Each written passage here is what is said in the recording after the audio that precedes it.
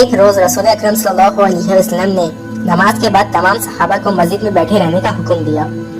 میں عورتوں کے پہلے صف میں موجود تھی اور پھر حضور اکرم صلی اللہ علیہ وسلم نے فرمایا کہ آج میں تمہیں کوئی اللہ کا فرمان یا نصیحت سنانے کے لیے بلایا نہیں ہے، بلکہ وہ بتانے کے لیے بلایا ہے جو تمیم داری نے اسلام قبول کرنے کے بعد مجھ سے بتایا۔ وہ کہتے ہیں کہ میں اپنی جوانی کے دنوں میں اپنے 30 ساتھیوں کے ساتھ عرب کے مشرق کی طرف سمندری سفر پر تھا کہ اچانک سے موسم خراب ہو گیا۔ اونچی اونچی سمندری لہریں اٹھنے لگیں۔ موسم اتنا خراب ہو گیا کہ 1 مہینے تک ہم سمندر میں پھنسے رہے۔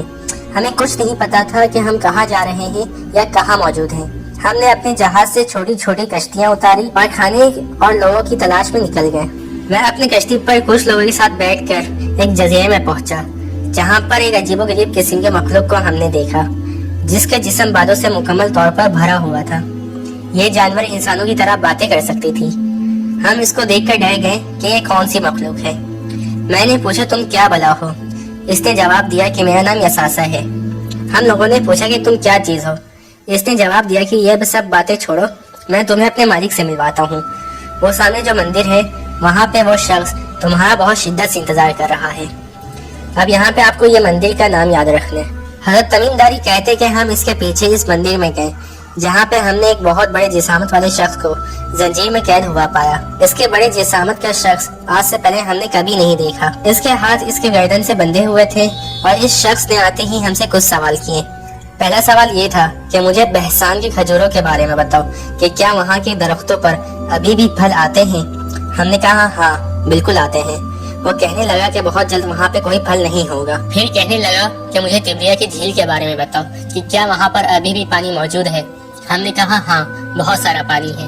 وہ کہنے لگا کہ بہت جلد یہ بھی خشک ہونے والا ہے۔ تیسرا سوال اس نے یہ کہا کہ مجھے زغر کے چشمے کے بارے میں بتاؤ، اور اس کے بعد غلام کے پہاڑوں کے بارے میں پوچھنے لگا، اور آخر میں کہنے لگا کہ مجھے اس آخری پیغمبر کے بارے میں بتاؤ کہ اس نے اب تک کیا کیا۔ ہم نے جواب دیا کہ وہ مکہ سے نکل کر مدینہ کے اندر آباد ہو چکے ہیں۔ وہ یہ سن کر حیران ہوا کہ کیا ایسا سچ میں ہو چکا ہے؟ ہم نے کہا ہاں بالکل ہو چکا ہے۔ اس کے بعد اس نے کہا کہ اب میں تمہیں بتاتا ہوں کہ میں کون ہوں۔ اصل میں ہی دجال ہوں، اور بہت جلد یہ سب نشانیاں مکمل ہوتے ہی مجھے یہاں سے باہر نکلنے کی اجازت مل جائے گی، اور میں پورے دنیا کے اندر جاؤں گا سوائے مکہ اور مدینہ کے۔ اور اس کے بعد حضور اکرم صلی اللہ علیہ وسلم نے مشرق کی طرف اشارہ کرتے ہوئے 3 مرتبہ فرمایا کہ دجال مشرق میں ہے، دجال مشرق میں ہے، دجال مشرق میں ہے۔ اس حدیث میں ہمیں دجال کی لوکیشن کے بارے میں بتایا گیا ہے کہ دجال مدینہ کے مشرق کے اندر کسی ویران جزیرے میں قید ہے۔ تو چلیں ہم مدینہ کے مشرق کے اندر اس جزیرے کو ڈھونڈتے ہیں۔ مدینہ کے ساتھ مشہور عربین سی موجود ہے، جہاں سے حضرت تمیم داری کا جہاز اپنے سفر پر نکلا تھا۔ اس سمندر کے اندر 4 اہم جزیرے آتے ہیں۔ پہلا لکشدویپ آئلینڈ جو انڈیا میں موجود ہے، دوسرا مسیرا آئلینڈ جو عمان میں موجود ہے، تیسرا اسکاٹلینڈ آئلینڈ جو یمن میں موجود ہے، اور آخر میں پاکستان کا استولا آئلینڈ۔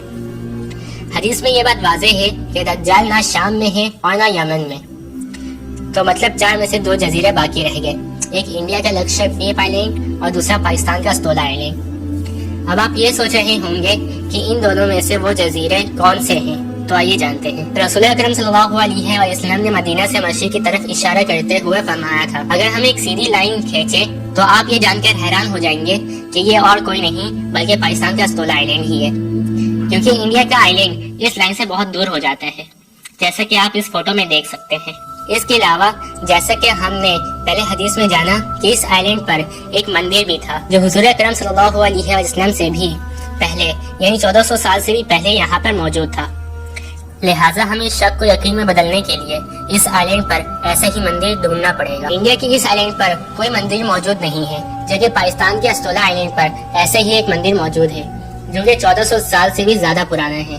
جی ہاں، یہ ہندوؤں کا وہی مشہور کالی ماتا کا مندر ہے، جسے تباہی مچانے والی خطرناک اور خوفناک قسم کی دیوی ہندوؤں کے عقیدے کے اندر مانا جاتا ہے۔